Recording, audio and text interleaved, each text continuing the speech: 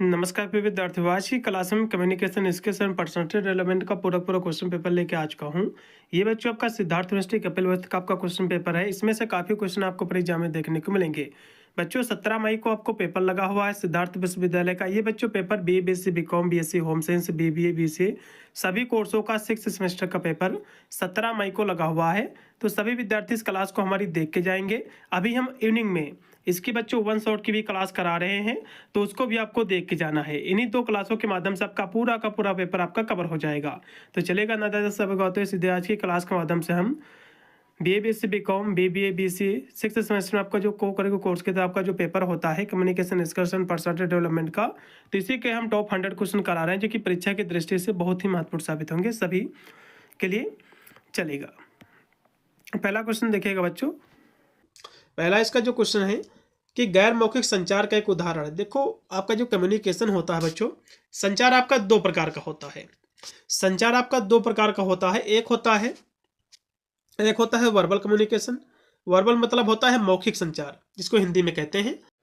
एक बच्चों आपका होता है नॉन वर्बल। तो वर्बल आपका जो कम्युनिकेशन होता है, जिसको मौखिक संचार कहते हैं। मौखिक मतलब होता है बोलकर जो संचार किया जाता है, चाहे शब्दों के माध्यम से हो या फिर पत्र लिखने के माध्यम से हो, तो इसको मौखिक संचार कहते हैं। नॉन वर्बल का मतलब होता है बच्चों जिसमें शब्दों का प्रयोग नहीं किया जाता है। जैसे कि आपसे कोई पूछे कि इनका जो है व्यक्ति का घर जो है कहाँ पर है, आपके गाँव में कोई आए, तो आपको उनके जो है मुँह से आपको नहीं बताना है, बल्कि आपको अपने हाथों से इशारा कर देना है कि ये अलग घर है, मुँह से जबकि आपको नहीं बोलना है, इशारा कर देना है। आव भाव, बॉडी लैंग्वेज, ये सब क्या है बच्चों, नॉन वर्बल कम्युनिकेशन होता है। और वर्बल का मतलब होता है बच्चों जिसमें हम बोलकर बातें करते हैं, चाहे शब्दों का जिसमें प्रयोग हो, चाहे बोलकर हो या फिर लिखकर हो या फिर पत्रों के माध्यम से हो या फिर टेलीफोन के माध्यम से हो, वीडियो कॉन्फ्रेंसिंग हो, कोई भी हो जिसमें हम शब्दों का प्रयोग करते हैं, उसको हम मौखिक संचार कहते हैं। मौखिक जो है संचार को हम बच्चों शाब्दिक संचार भी कहते हैं। ठीक है, मौखिक संचार बच्चों शाब्दिक संचार इसको कहा जाता है, और जो नॉन वर्बल आपका होता है इसको हम गैर जो है शाब्दिक संचार कहते हैं। तो पहला क्वेश्चन देखिएगा बच्चों कि गैर मौखिक संचार क्या है बच्चों, जिसमें शब्दों का प्रयोग नहीं होता है। देखो, ईमेल लिखना बच्चों, इसमें शब्दों का प्रयोग होता है, ये तो वर्बल कम्युनिकेशन हो जाएगा, मौखिक संचार है। और जो है चेहरे के हाव भाव, बिल्कुल चेहरे के हाव भाव का मतलब होता है कि इसमें शब्दों का प्रयोग नहीं होता है, तो ये बच्चों गैर मौखिक संचार है। इसमें का दूसरा ऑप्शन राइट होगा। टेलीफोन पर वार्तालाप करना, बातचीत करना, ये वर्बल कम्युनिकेशन है। ठीक है, मौखिक संचार है। सार्वजनिक भाषण देना, ये सब क्या है बच्चों, इसमें शब्दों का प्रयोग हो रहा है। ठीक है, तो ये क्या है, ये आपका जो है मौखिक संचार हो जाएगा। लेकिन यहाँ से गैर मौखिक की बात करा तो इसमें जो है चेहरे के हाव भाव, इसमें का भी। अगला क्वेश्चन भी आपका है 2 नंबर बच्चों है कि छोटी बातचीत के लिए एक सुरक्षित जो है विषय क्या है बच्चों, आपको बताना। देखो, छोटी बातचीत हम मौसम और जो है यात्रा पर कर सकते हैं। ठीक है, और राजनीति का विषय बच्चों काफी बड़ा होता है, इस पर बातचीत करने यदि हम बैठ जाए तो पूरा दिन यदि हम बातचीत करें तब भी कम ही होगा, तो इसमें का पहला लगाओ। अगला क्वेश्चन भी आपका है 3 नंबर कि औपचारिक ईमेल में क्या शामिल करना चाहिए। औपचारिक ईमेल में बच्चों क्या करना जो है शामिल करना चाहिए, तो एक जो है क्लियर जो है सब्जेक्ट लाइन, इसमें का पहला। अगला क्वेश्चन भी आपका है 4 नंबर है कि सक्रिय सुनने का एक उदाहरण क्या है, आपको बताना है। सक्रिय सुनने का एक जो उदाहरण है बच्चों, वो आपका है कि सिर हिलाना और आंखों का संपर्क जो है बनाए रखना, इसमें का पहला। अगला क्वेश्चन देखिएगा बच्चों 5 नंबर है कि संचार में समयनिष्ठ होने का क्या अर्थ है, आपको ये बताना है।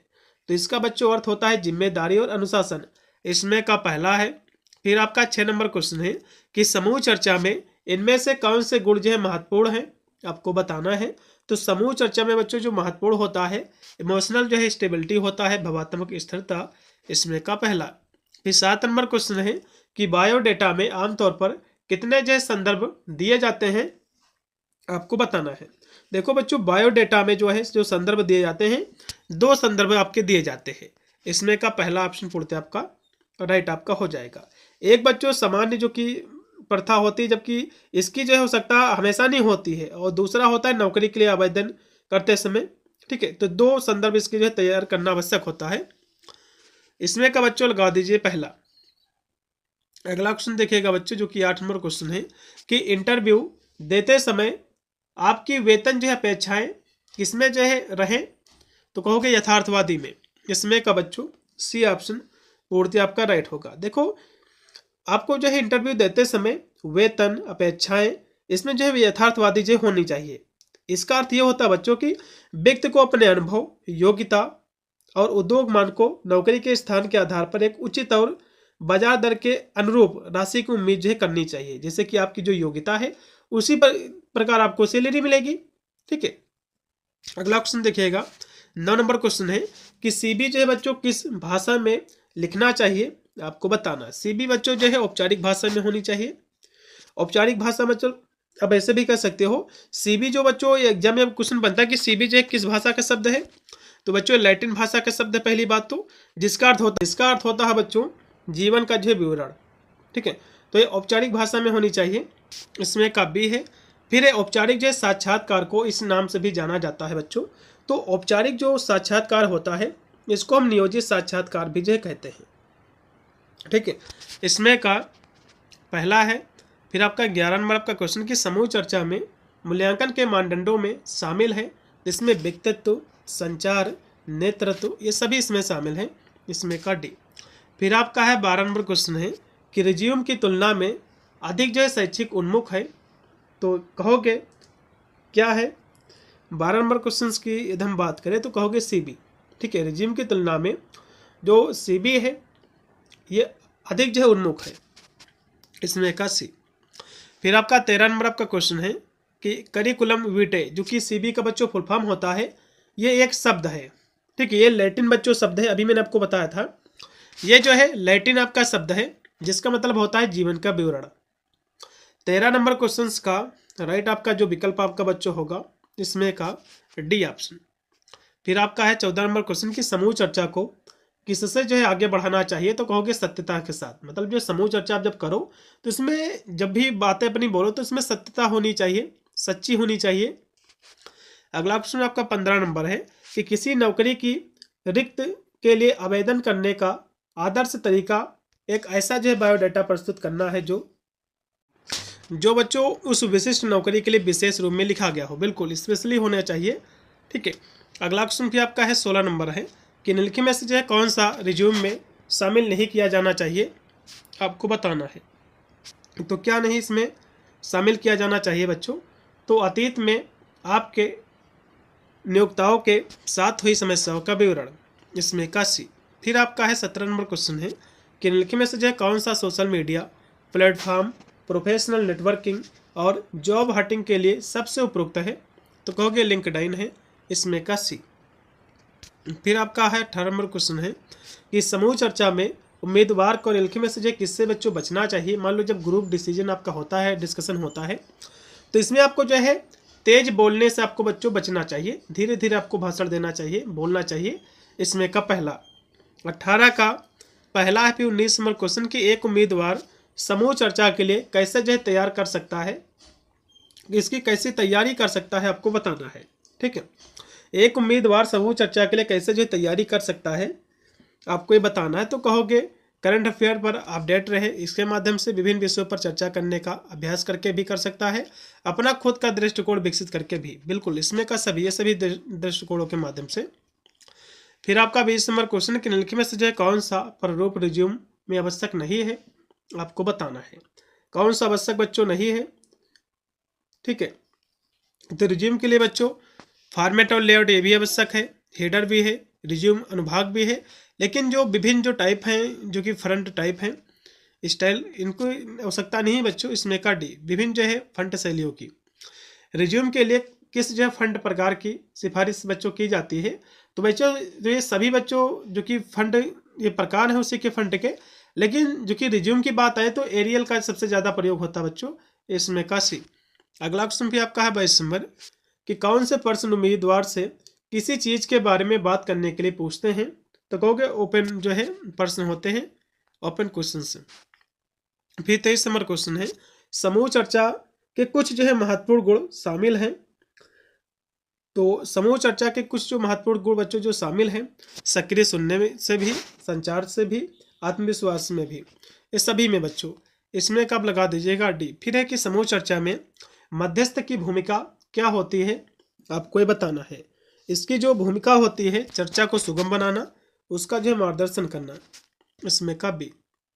फिर 25 नंबर क्वेश्चन देखिएगा कि सीबी की शुरुआत में रखा गया सारांश इस रूप में जो कार्य करता है, तो उद्देश्यों का जो है विवरण के रूप में इसमें का पहला, विशेष का पहला। फिर आपका है 26 नंबर क्वेश्चन आपके स्क्रीन पे बच्चों आ चुका है कि आव भाव संचार एक प्रकार का संचार है। देखो आव भाव का मतलब होता है बॉडी लैंग्वेज, ठीक है। तो ये जो है नॉन वर्बल आपका कम्युनिकेशन है, जिसमें आव भाव होता है चेहरों से, या फिर कह सकते हो हाथों के माध्यम से इशारा करना, आंखों के माध्यम से इशारा करना। तो ये सब क्या है, आव भाव होता है, फेस एक्सप्रेशन होता है। तो बच्चों अशाब्दिक संचार है, इसमें शब्दों का प्रयोग नहीं होता है। तो इसमें का बच्चों पहला ऑप्शन पूर्णतः राइट है। अगला ऑप्शन आपका 27 नंबर की किसका अर्थ है कि वह स्थिति जिसमें आप खड़े या बैठे हुए अपने शरीर को रखते हो। तो इसको जो है बच्चों क्या कहा जाता है आपको बताना है, ठीक है। तो इसको बच्चों जो है हम पोस्चर कहते हैं, मुद्राएं कहते हैं, ठीक है। मुद्रा बच्चों वह स्थित होती है जिसमें आप खड़े या बैठे हुए अपने शरीर को रखते हो, उसको बच्चों मुद्रा कहते हैं, ठीक है। और इसमें जैसे कि दिया हुआ कि प्रोक्सीमिक्स बच्चों, प्रोक्सीमिक्स का मतलब क्या होता है, जो कम्युनिकेशन होता है बच्चों, इसमें जो स्थान और जो दूरी होता है इसके लिए उपयोग होता है कम्युनिकेशन, इसके अध्ययन पर आधारित है। जबकि पैरा लैंग्वेज क्या है बच्चों, ये जो है गैर शाब्दिक घटकों को संदर्भित करता है, जिसमें स्वर और जो है पिच और बोलने की गति। अगला क्वेश्चन देखिएगा 28 नंबर है, किसमें जो है शामिल है कि हम व्यक्तिगत जो है स्थान को कैसे व्यवस्थित करते हैं, और उसमें जो है हम क्या व्यवस्थित करते हैं, ये किसमें बच्चों शामिल है आपको बताना है। तो ये जो बच्चों शामिल है ये प्रोक्सीमिक्स में शामिल है, इसमें का बी, ठीक है। प्रोक्सीमिक्स बच्चों जो है इस बात का अध्ययन है कि लोग व्यक्तिगत स्थान का उपयोग और जो है व्यवस्था कैसे करते हैं। और इसमें जो दिया हुआ है कि काइनेसिक्स, काइनेसिक्स क्या है बच्चों इसको भी समझ लीजिए। काइनेसिक्स होता है कि चेहरे का हाव भाव होता है, चेहरे की मुद्रा, चेहरे का जो हाव भाव होता है इसको हम काइनेसिक्स कहते हैं। उसके बाद है टाइम लैंग्वेज, क्या होता है बच्चों, समय भाषा, समय भाषा बच्चों जिसको हम क्रोनेमिक्स कहते हैं। संचार में जो समय होता है कि जो बातचीत कितने समय तक की होनी चाहिए, इसका अध्ययन है।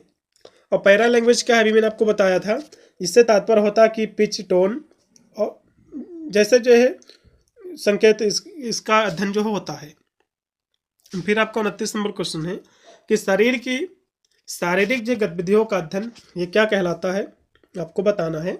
शरीर की शारीरिक गतिविधियों का जो अध्ययन होता है बच्चों काइनेसिक्स कहलाता है।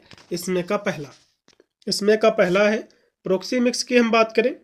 प्रोक्सीमिक्स बच्चों होता है दो व्यक्तियों के बीच की दूरी के जो होता है डिस्टेंस जो होता है उसका जो है अध्ययन होता है, ठीक है। और क्रोने जो इसमें दिया हुआ है टाइम लैंग्वेज, जिसको हम क्रोनेमिक्स भी कहते हैं, ये संचार में समय होता है, कितना समय कितनी देर तक जो संचार किया जाए, बातचीत की जाए।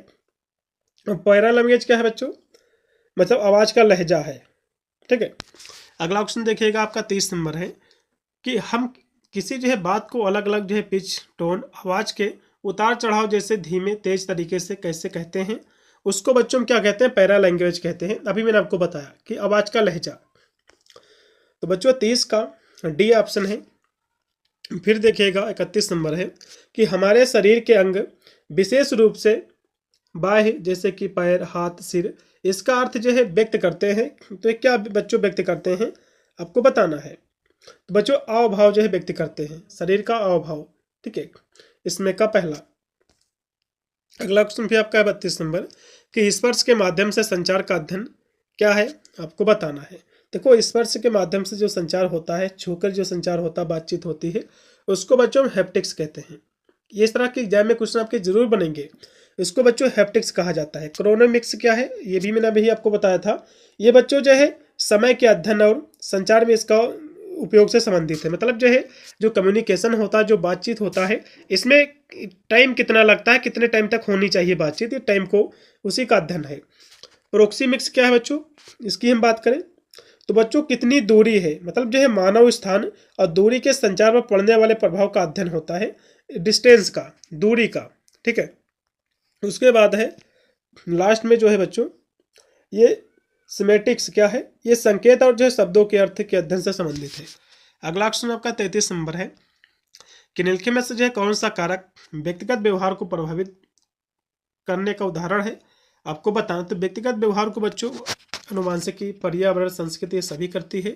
इसमें का डी। फिर 34 नंबर क्वेश्चन है कि निम्नलिखित में से जो है कौन सा पैरा लिंग्विस्टिक संकेत का उदाहरण है जो भावना को व्यक्त कर सकता है। तो बच्चों आवाज का लहजा, पिच, वॉल्यूम, ये सभी कह सकते हो व्यक्त कर सकता है भावना को। इसमें का चौथा। फिर आपका 35 नंबर क्वेश्चन है कि दो तरफा संचार निम्नलिखित में से जो है मदद करता है, तो किसमें जो है मदद करता है आपको बताना है। तो ये बच्चों जो है मदद करता है जो कि संदेहों को स्पष्टीकरण का भी, दोनों पक्ष एक दूसरे को समझते हैं और प्रतिक्रिया प्राप्त करना देना है सभी के लिए मदद करते हैं। इसमें का डी। फिर 36 नंबर क्वेश्चन के निम्नलिखित में से जो है कौन सी समूह चर्चा की तकनीकी है आपको बताना। तो संपूर्ण समूह है, छोटा समूह, मस्तिष्क जो है उड्डयन, ये सभी इसमें का डी। फिर 37 नंबर क्वेश्चन की विशेषताओं, लक्षणों और विचार, भावना, व्यवहार के पैटर्न के अनूठे संयोजन के लिए क्या शब्द है जो एक व्यक्ति को दूसरे से अलग करता है। तो ये कौन सा इसके लिए बच्चों शब्द है, तो कहोगे पर्सनालिटी होती है बच्चों, क्योंकि हर एक व्यक्ति को द्वितीय बनाता है। अगला क्वेश्चन देखिएगा कि उस प्रक्रिया के लिए क्या शब्द है जिसके द्वारा समूह के सदस्य एक दूसरे के व्यवहार को प्रभावित करते हैं, तो उसको बच्चों क्या कहा जाता है। तो उसको जो हम सामाजिक बच्चों प्रभाव कहते हैं, सोशल इन्फ्लुएंस कहते हैं। अगला क्वेश्चन भी आपका है 39 नंबर क्वेश्चन है कि किसी के जो है ऑनलाइन पहचान, व्यक्तिगत जानकारी की सुरक्षा के अभ्यास के लिए शब्द क्या है आपको बताना है। यहाँ से बच्चों ऑनलाइन की बात कर रहा है, तो ये क्या हो जाएगा बच्चों, ऑनलाइन सुरक्षा भी हो जाएगा, डिजिटल सुरक्षा, साइबर सुरक्षा सभी संबंधित है। इसमें का डी।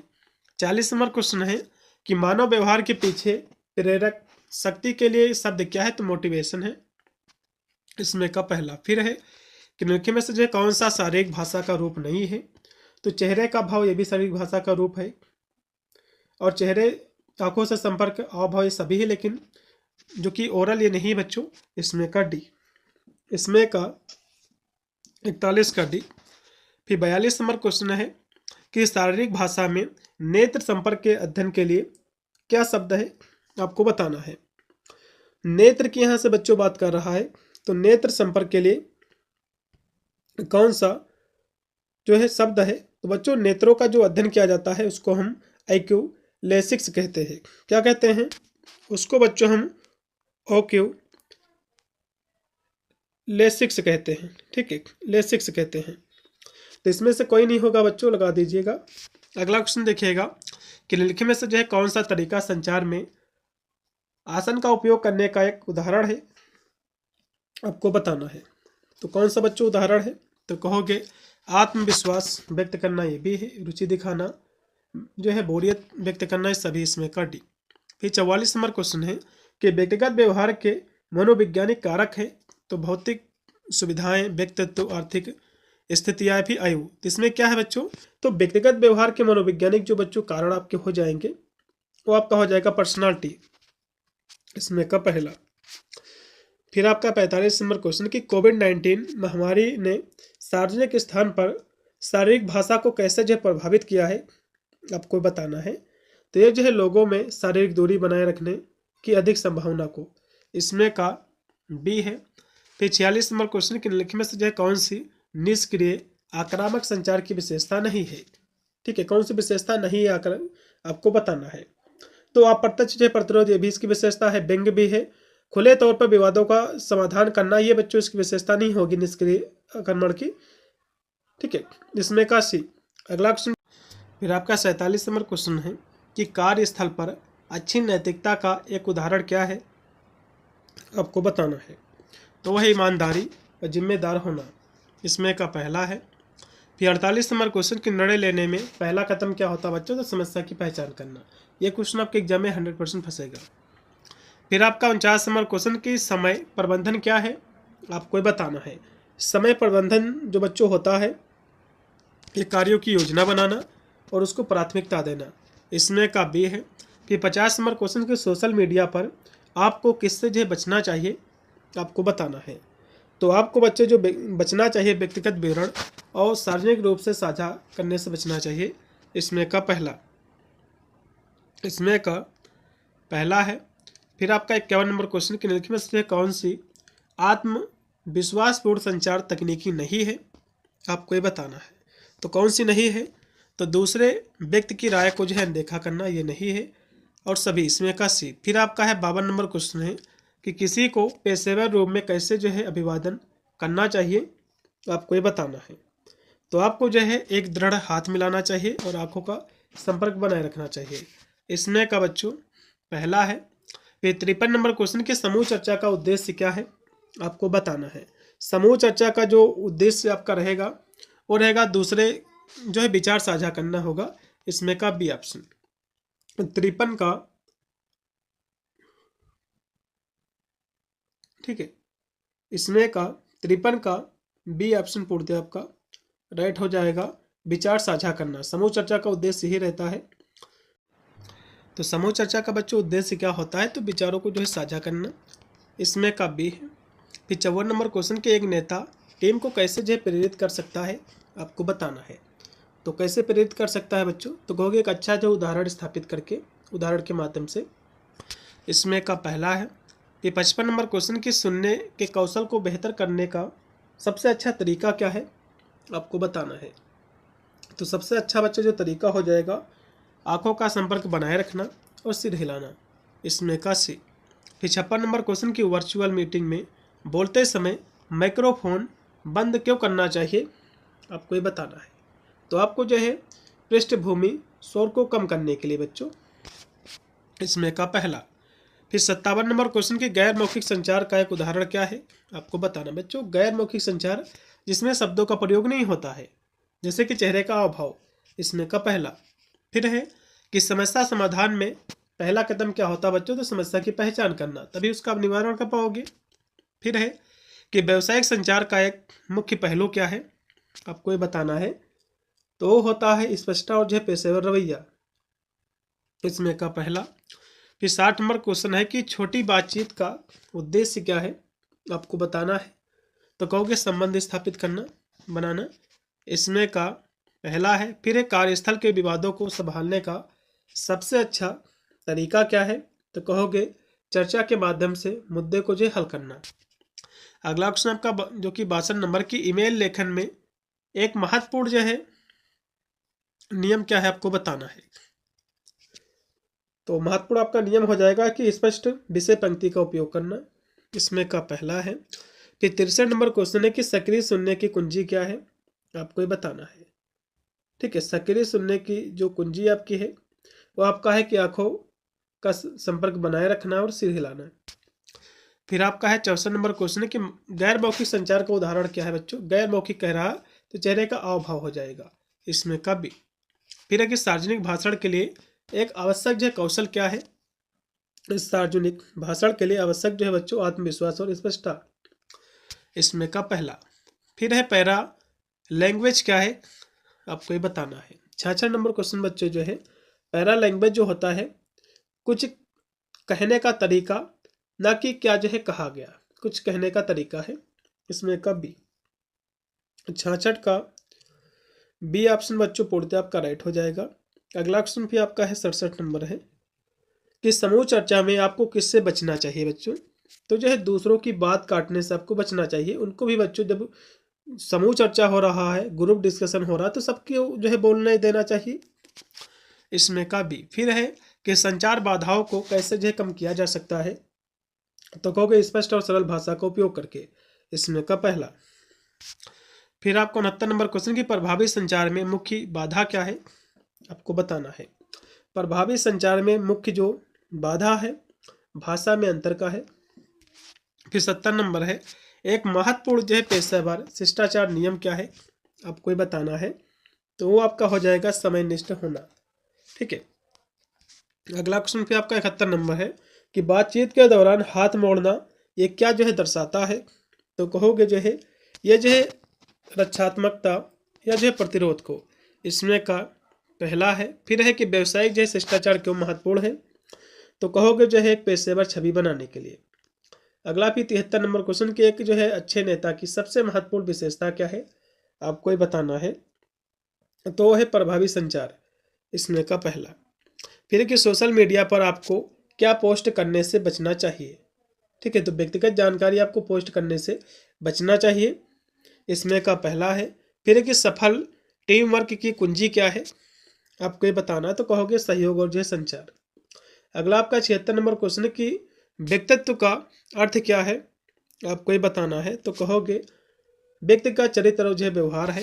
अगला क्वेश्चन आपका 77 नंबर है कि निम्नलिखित में से जो है कौन सा व्यक्तित्व का प्रकार नहीं है, तो देखो अंतर्मुखी, बाहिर्मुखी, उभयमुखी ये सभी इसके प्रकार है, लेकिन निष्क्रिय का कोई भी प्रकार नहीं है, इसमें का डी।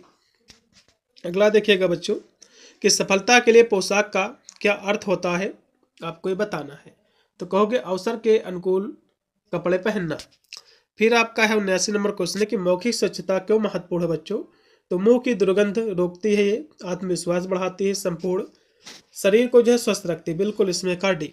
अगला क्वेश्चन भी आपका है बच्चों कि प्रोक्सीमिक्स जो है क्या है, आपको बताना है। देखो इस तरह के क्वेश्चन आपके एग्जाम में जो है भर भर के आप क्या आएंगे कि प्रोक्सीमिक्स क्या है, हैप्टिक्स क्या है, तो इस तरह से आपके एग्जाम में क्वेश्चन जो है देखने को सबसे ज़्यादा जो है बनेंगे। ठीक है, तो 80 नंबर जो क्वेश्चन है कि प्रोक्सीमिक्स क्या है बच्चों, तो जो है व्यक्तिगत स्थान का अध्ययन होता है।